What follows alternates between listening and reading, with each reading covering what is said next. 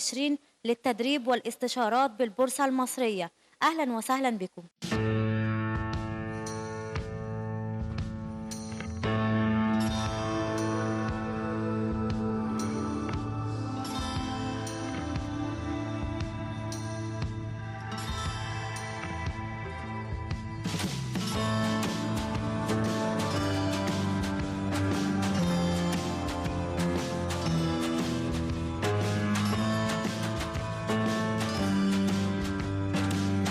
ومعانا لقاء مع الدكتورة نورهان محمد سيدة أعمال. نتعرف بحضرتك أكتر. أنا دكتورة نورهان محمد، باحثة الدكتوراه ريادة أعمال، وعضو رئيس مجلس إدارة شركة الحوكمة والالتزام الإدارية الIGCC، والشريك في سلسلة مجوهرات. أهلا بيكي واتشرفت بيكي في برنامج المميز. نورتينا النهاردة في الملتقى. كنا حابين نعرف من حضرتك من خلال مشاركتك للمؤتمر النهاردة إيه أهمية الحوكمة ودور البورصة المصرية. الحوكمة بتسهم في المؤسسات كلها، ابتداء من المؤسسات أو الشركات الصغيرة والمتوسطة، وانتهاء بالمؤسسات الكبيرة. تطبيق الحوكمة بيتم على كافة المستويات، وبيطبق فيه البورصة المصرية.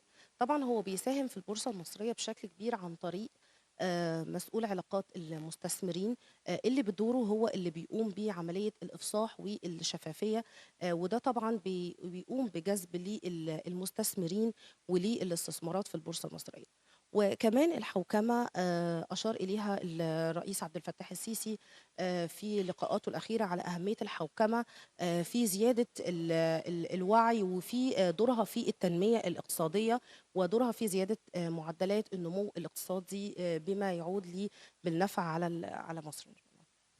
أشكر حضرتك شكرا جزيلا، نورتينا.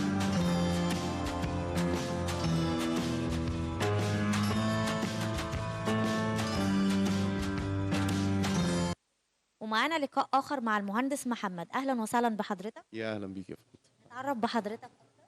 انا محمد رضوان، انا شغال في مجال اسواق المال تقريبا من 17 اولموست 17 سنه. ابتديت في الاسواق الاسهم المصريه، البورصه المصريه فتره من الوقت يعني، وبعد كده تطرقت الى البورصات الخليجيه ثم البورصات العالميه واسواق العملات واسواق الذهب يعني حتى الان، ومؤخرا يعني محاضر في المؤتمرات مع شركه اكس ام.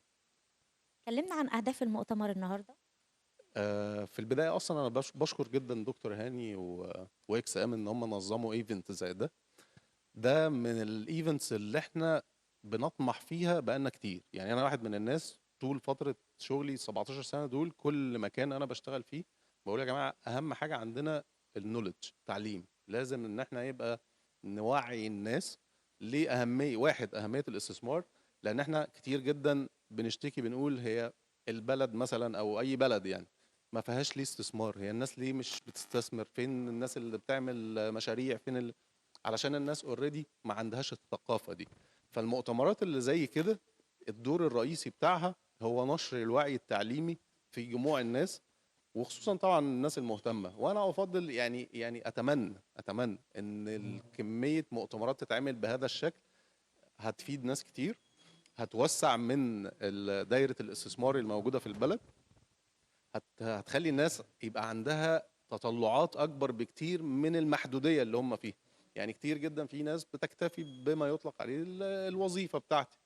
ده مش مطلوب، ما بقاش مطلوب دلوقتي. لابد ان انا بدور على انكم جديد، دخل جديد. ويا سلام لو الدخل ده عباره عن استثمار برايفت، حاجه خاصه بيا.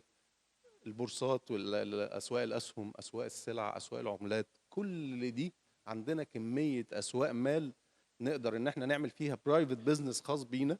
نفتح اكونت، نتعلم الاول زي ما احنا بنعمل هنا، زي السيشن بتاعتنا او الكونفرنس بتاعنا النهارده، ما هو قاصد القصه دي. ده انا شايفه حاجه غايه في الاهميه، ويا رب تزيد اكتر من كده.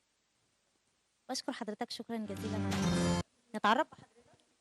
محمد الشربيني، محلل ومحاضر في شركة ريد بيديا. أهلا وسهلا بحضرتك، شرفتنا النهاردة في المؤتمر. أهلا بيك، يعني أنا سعيد جدا يعني بدعوتي المؤتمر، ومن يعني بالتوفيق دايما إن شاء الله. نعرف من حضرتك تداول الأسهم العالمية الفترة القادمة. تمام. يعني متوقعين بالنسبة للأسهم الأمريكية، كمؤشر يعني مؤشرات الأسهم الأمريكية زي الداو جونز، زي الستاندرد اند بورز 500، الناسداك شايفين ان شاء الله ارتفاع الفتره اللي جايه، لان بدا السوق يعني ينعكس، بدا نشوف ارتفاعات، ندخل في اتجاه صاعد بسبب يعني يعني الاساسيات بدات ان هي تتغير من يعني انخفاض في معدلات التضخم، وفي توقعات ان الاجتماع الفيدرالي يوم 14 ديسمبر اللي جاي ان هو يقلل من وتيره التجديد، ان هو يقلل من ارتفاع معدلات الفايده من 75 نقطه ل 50 نقطه، فده المتوقع، فده اللي بيدعم اسواق الاسهم في الفتره اللي جايه. ايه الرساله اللي حابب توجهها النهارده للشباب من خلال المؤتمر؟